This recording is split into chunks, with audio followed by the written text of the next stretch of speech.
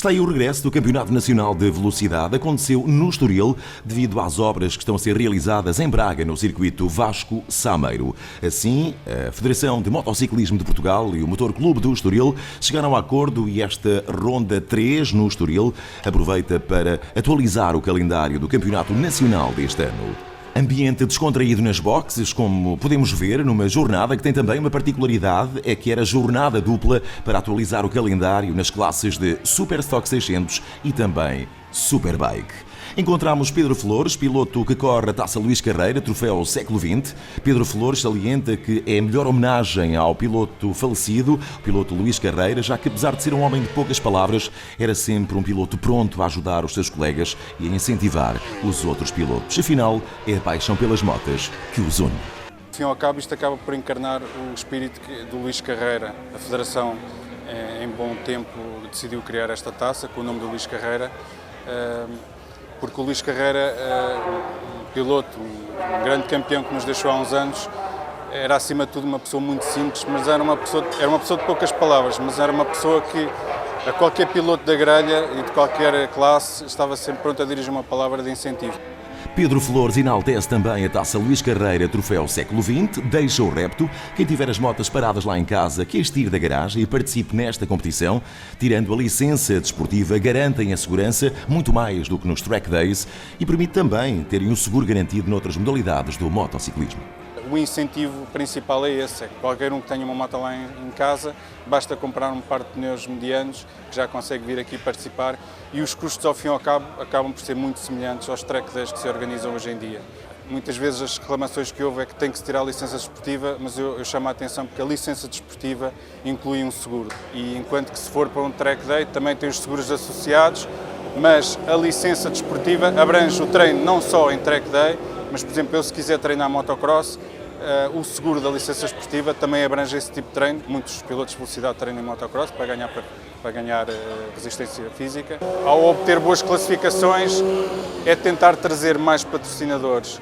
E não só trazer mais patrocinadores, dar mais visão à equipa para podermos tomar outro tipo de iniciativas. Eu, nesta corrida, tenho um autocolante na moto de apoio ao Reino do Afonso. É uma criança com dificuldades, mas é uma criança muito corajosa, com os pais muito corajosos. Eu peço a todos que possam consultar o Facebook no Reino do Afonso e que possam também juntar-se ao reinado e ajudar a que esse reinado vá para a frente.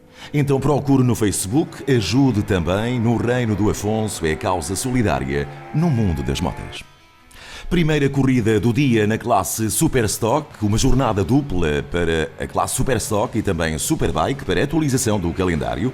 Na primeira corrida, para não variar, a luta centrou-se nos dois protagonistas deste campeonato.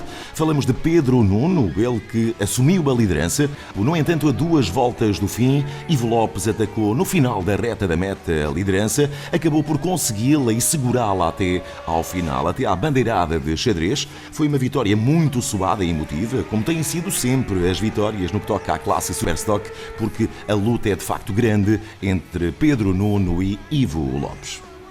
A terceira posição teve também discussão, com alguns nomes a lutarem pelo último lugar de pódio. O caso de Romeu Leite, Nelson Rosa e Tiago Cleto alternaram as posições, qualquer um deles esteve no terceiro lugar, mas no final foi Romeu Leite quem levou a melhor no duelo direto com Cleto e assim assegurou o último lugar de pódio, Romeu Leite.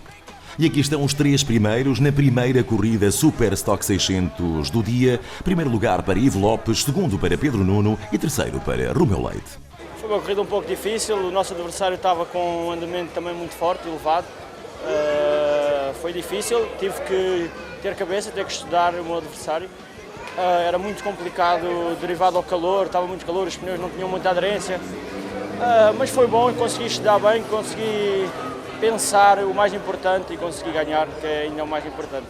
Na principal classe de Superbike, previa-se uma corrida intensa entre os protagonistas do costume, Tiago Magalhães e André Pires, e assim começou a primeira corrida do dia em Superbike, com Tiago Magalhães e André Pires a reeditarem os seus habituais duelos. André Pires foi líder até ao início da 11ª volta, quando Tiago Magalhães conseguiu assumir a primeira posição. Aconteceu na curva 1, só que logo depois, na curva seguinte, André Pires infelizmente caiu e levou consigo Tiago Magalhães. Tiago Magalhães viu-se mesmo a obrigar a abandonar. André Pires ainda foi às boxes, conseguiu retomar a corrida e viria, no entanto, a ser excluído no fim devido a uma irregularidade na sua moto e por isso não pontuou aqui no Estoril. Esta desclassificação impediu também de participar na segunda corrida em Superbike. André Pires tinha aqui um desaire que lhe pode ter custado o campeonato e a revalidação do título. Quem tirou partido deste percalço que envolveu Tiago Magalhães e André Pires foi Rui Reigoto, ele que rodava isolado no terceiro lugar. Ele ficou assim no comando até ao final da linha de meta, acabou por ser o vencedor desta primeira corrida em Superbike. E atrás dele um intenso duelo para o segundo posto entre Ricardo Lopes e Pedro Monteiro.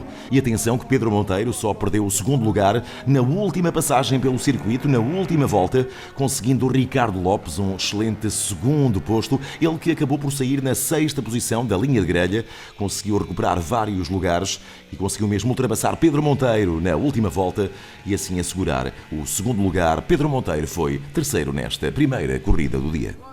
E aqui está o primeiro pódio, um Superbike do dia, com o primeiro lugar para Rui Reigoto, segundo para Ricardo Lopes e terceiro para Pedro Monteiro.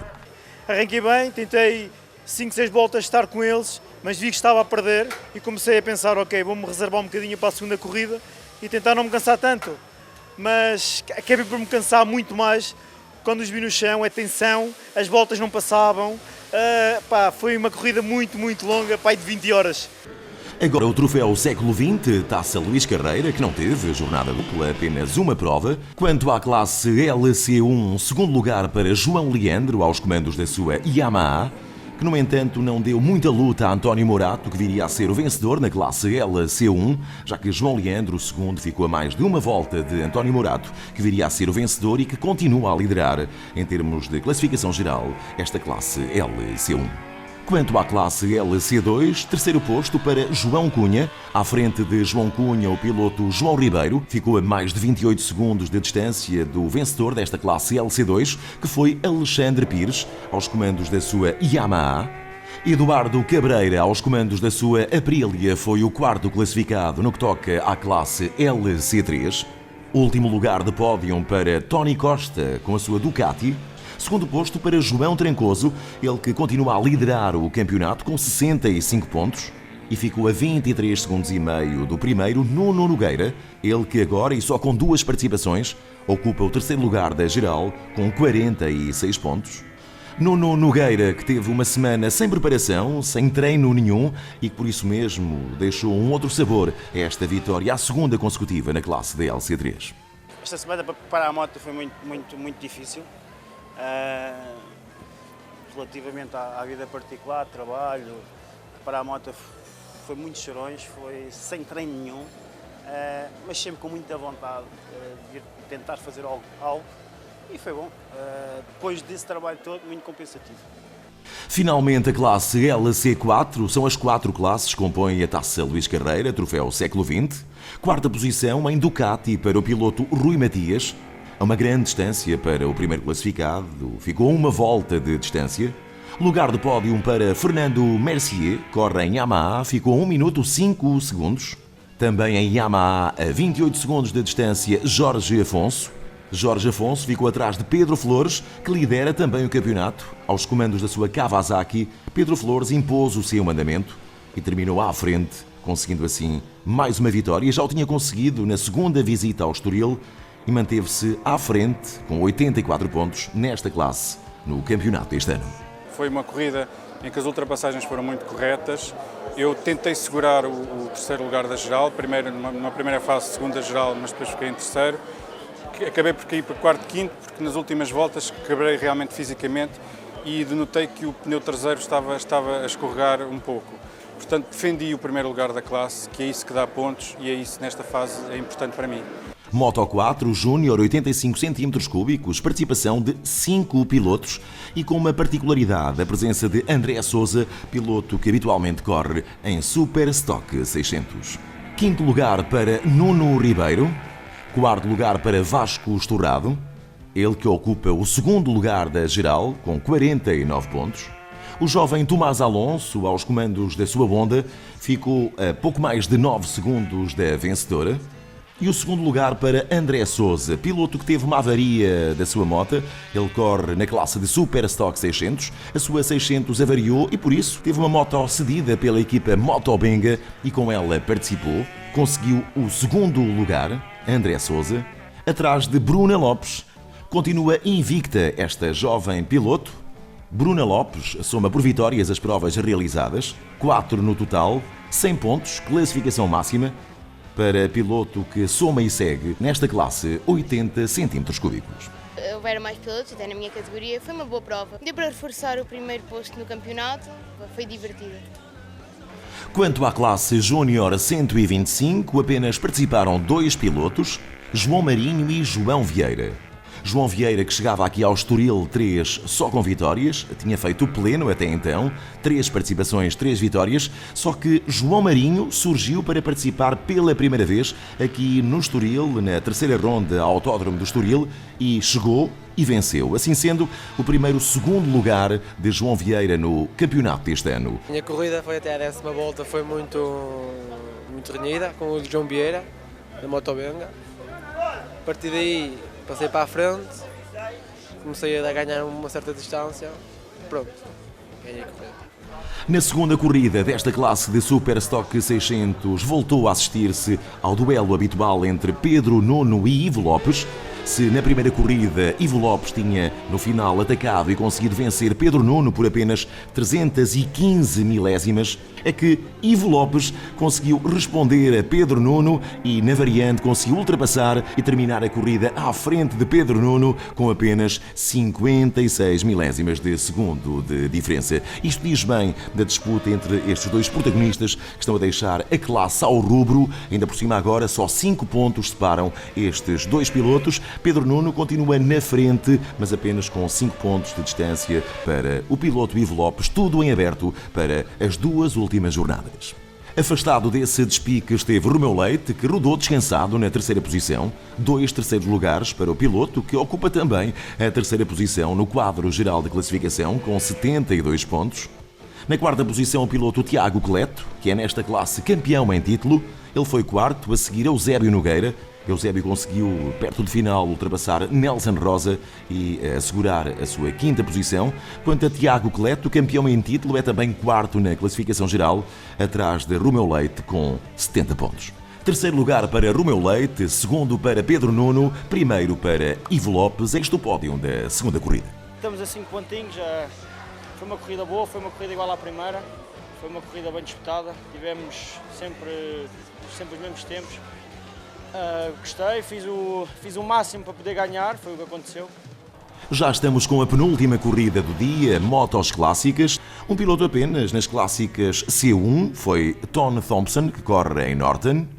Joaquim Boavida foi o segundo na classe C2, bastante distante do primeiro, a mais de 2 minutos de Francisco Monteiro, que aos comandos da sua Yamaha se sagrou aqui vencedor na classe C2.